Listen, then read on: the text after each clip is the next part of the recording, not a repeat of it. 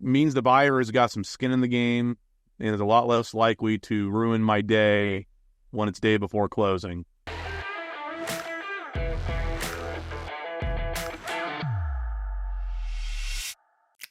Hey everybody, Jaysen Barlow here with Self 1%, joined by Jamie Runsky, my brother Jamie Barlow, and Dave Barlow, the head broker, doesn't mess around and plays no games, with a term of the week. Dad, what's your term of the week? We're going to talk about earnest money. And from the buyer and seller side, what does it mean to each side? So Jay, on the seller side, what does earnest money mean for you? Means the buyer has got some skin in the game and is a lot less likely to ruin my day when it's day before closing. I've had a couple of bad apples that have ruined it for everybody, where there's, a lot of agents don't do a deposit. They'll write it with a $0 deposit, and sometimes that works out okay.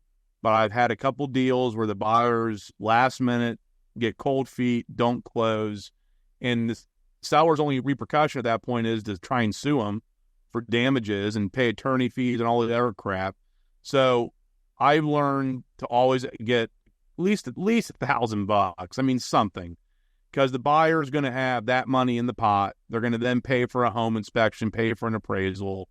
They'll have several thousand in the pot when it's all said and done. And mentally, it's not so easy for the buyer to walk away. And I'll let Jamie explain to the buyers on every which way they get it back. I mean, to me, it's more of a mental thing to have something in. Because I even when it's $500, I've never had a buyer just walk away and say, "I'm out." They usually don't act that way. But for some reason, when there's no deposit, I've had some bad situations. So that's what it means to me: skin in the game and less likely to walk away. So on the buyer side, James, why is it important or not important for a buyer to have a deposit? What Jay talked about on the listing side, he's representing the seller. So now moving over to the other side of the contract, the other party is the buyer. As a buyer agent, there is two options in the contract, really three. First option, as Jay covered, is not writing a deposit, saying I'm not willing to earnestly put money down to buy this house. Second option is within 3 days of acceptance, which in my opinion is the most earnest you can get with the earnest money deposit check. You're saying within 72 hours of you and the seller signing the contract, you're going to deposit this money in earnest as you are seriously trying to buy this house. The second option in the contract is after the home inspection and remedy period.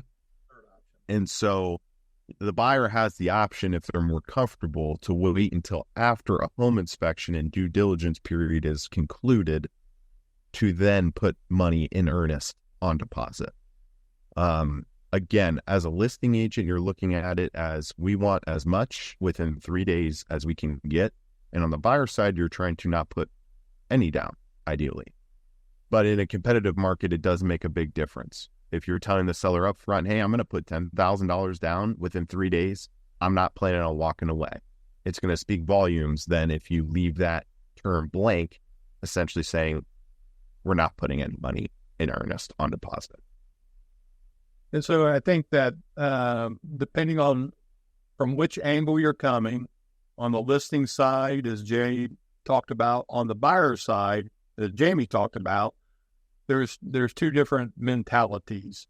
The purchase contract itself is being presented by the buyer.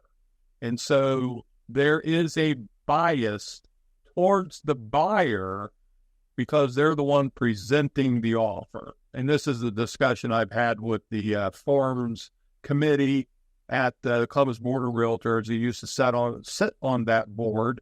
And the attorney that was the liaison between the Columbus Board and the attorneys board, Jamie Zeitzman, our discussion was basically it's being presented by the buyer, so the buyer is going to have the advantage, that the bias.